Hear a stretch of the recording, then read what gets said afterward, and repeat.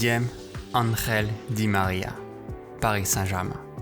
Encore une saison au top niveau pour Ángel Di María. Ses performances sur le terrain ont été appréciées à juste titre. Toujours dans le bon tempo, il va se décaler sur son côté droit puis adresser des centres en première intention. Il a pu trouver 9 fois ses coéquipiers en Ligue 1 de cette façon-là. Il essaye toujours de progresser dans le jeu malgré les difficultés du Paris Saint-Germain de cette saison.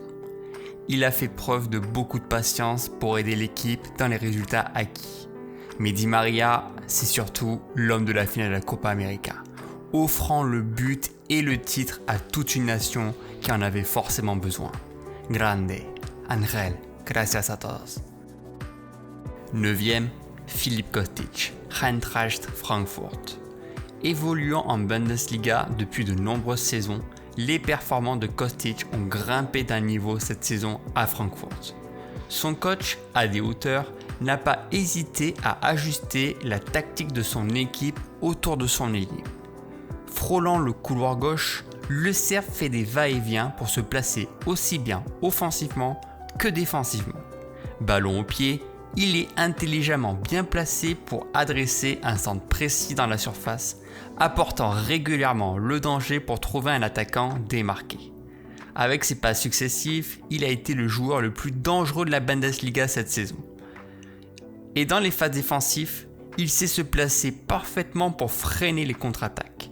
Quel que soit son rôle sur le terrain, le Serbe use toute son intelligence de jeu pour aider son équipe dans les résultats. 8e, Heung-min Son, Tottenham. Le plus fidèle joueur des Spurs et sûrement le plus sous-coté du moment. Heung-min Son a réussi sa saison en Première Ligue avec sa manière de sentir les actions en avance. Il sait se positionner dans le jeu pour tromper la vigilance des défenseurs. Sa vitalité l'amène à être redoutable sur les contre-attaques où il peut aisément courir 40 mètres, ballon au pied, jusqu'à marquer dans un face-à-face avec le gardien. Le Coréen parvient toujours à se faire oublier dans la surface pour glisser le ballon tranquillement dans les cages. Très actif en tout début de saison, il a ensuite perdu le contrôle, tout comme son équipe en deuxième partie de saison. Les pendules sont désormais remises à zéro pour la nouvelle saison de Première Ligue autour de son nouvel entraîneur Nuno Santos. 7e, Phil Foden, Manchester City. Fidèle à Manchester City, Phil Foden a pris plus d'ampleur dans le jeu de Guardiola. Habituellement placé au milieu, cette fois, c'est sur l'aile gauche que Phil Foden a pris possession. À seulement 20 ans, respectant les plans de son coach, il n'a jamais relâché ses efforts et s'est intégré dans l'animation offensive de Manchester City avec ses passes ajustées. De même, quand l'équipe a le ballon, il se dirige sur son côté pour offrir une solution offensive. Et sans le ballon, il redescend rapidement pour aider dans le pressing.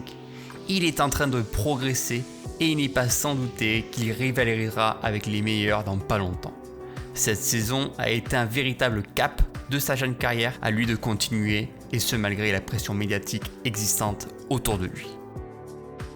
6e, Jadon Sancho, Borussia Dortmund. Un début de saison compliqué avec le Borussia, puis une montée en puissance dans les derniers mois pour aider son club à retrouver la Ligue des Champions. Jadon Sancho est le dynamiteur de son équipe, celui qui va provoquer par sa technique et ses dribbles. Certes, orphelin de Hakimi cette saison, il n'a pas forcément gagné au change avec Meunier sur le côté droit.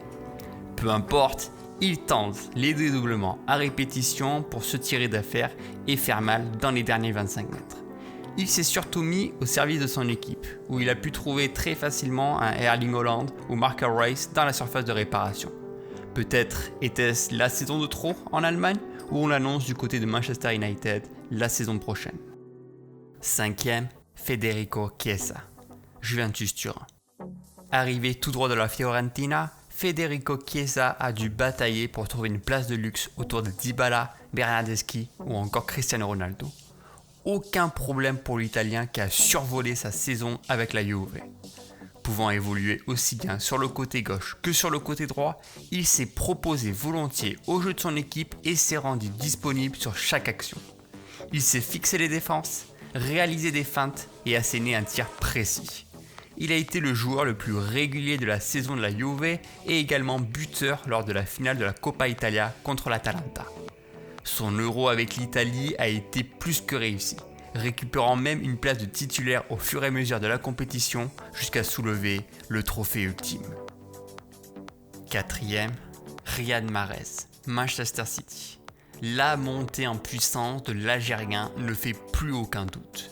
Riyad Mahrez a sûrement été le joueur le plus régulier cette saison avec Manchester City, avec une grosse montée en puissance dans les derniers mois, éclatant toute concurrence. Dans ses prises de contrôle, ses dribbles répétitifs, ses percussions sur la droite, Mahrez a dominé le football entier. À 30 ans, il a montré de belles choses et s'est révélé particulièrement percutant lors de la demi-finale contre le Paris Saint-Germain. Il a une véritable communauté qui le soutient au quotidien et se montre particulièrement expressif sur le terrain pour répondre à ses fans. Mahrez a fait du bien à un grand nombre de personnes, que ce soit en France, en Algérie ou en Angleterre. Mahrez a fait du bien à un grand nombre de personnes et il a encore beaucoup à apporter dans les saisons à venir. 3e, Mohamed Salah, Liverpool. Dans une saison bien difficile de Liverpool, peu épargné par les blessures, le seul joueur qui n'a pas coulé, c'est bien Mohamed Salah. Décisif à plusieurs reprises avec ses appels à répétition, il a pris l'avantage sur ses adversaires. Ses prises de balle sont toujours minutieusement calculées et peut se retourner rapidement avec la balle avant de tirer. Il a été très important dans les phases de transition de Liverpool, capable de se retrouver dans la surface adverse très rapidement. Mohamed Salah s'est beaucoup amélioré en efficacité cette saison, cumulant 22 buts en Première Ligue, et a même eu le luxe de tirer les pénaltys en l'absence de Henderson. Sous contrat avec Liverpool jusqu'en 2023, doit-il rester plus longtemps ou bien exploiter son talent ailleurs? 2e, Lorenzo Insigne, le Napoli. L'homme fort de la squadra Azzurra et du Napoli. Lorenzo Insigne a réalisé une saison pleine. Longtemps considéré comme le nouveau prodige italien, Insigne a mis du temps avant d'exploser aux yeux du monde. Cette fois, c'est fait. À 29 ans, il est encore très habile balle au pied et se montre particulièrement percutant sur son côté gauche. À l'aide de son latéral, il peut créer une supériorité numérique et rentrer dans la surface balle au pied. Quelques touches suffisent avant de croiser sa frappe proprement dans le petit filet. Il a une véritable technique. Il se montre très dynamique sur le terrain. D'autant plus, il a passé un cap en Italie, terminant 7e meilleur buteur de Serie A, mais surtout en soulevant son premier trophée européen avec sa sélection en juillet dernier. Premier, Kylian Mbappé, Paris Saint-Germain. Quelle prestance, quelle élégance. Kylian Mbappé a une nouvelle fois dominé tous les débats cette saison. Il s'est mis en avant dans un collectif déjà très fort du Paris Saint-Germain. Tout ce qu'on apprécie chez lui, c'est son ambition de vouloir remporter un maximum de trophées. Quand son équipe n'allait pas bien, il a pris le dessus et a su grimper d'un niveau pour porter la victoire à son équipe dans les dernières minutes. Il est impressionnant de talent. Il sait prendre à revers les défenses et faire des appels dans la profondeur.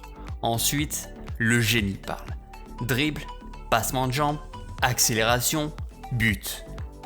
Ça paraît tellement simple avec lui qu'il a encore dominé tous les débats avec ses 42 buts, toutes compétitions confondues. Lui restant plus qu'une année de contrat avec le club de la capitale, quel pourra être son futur challenge?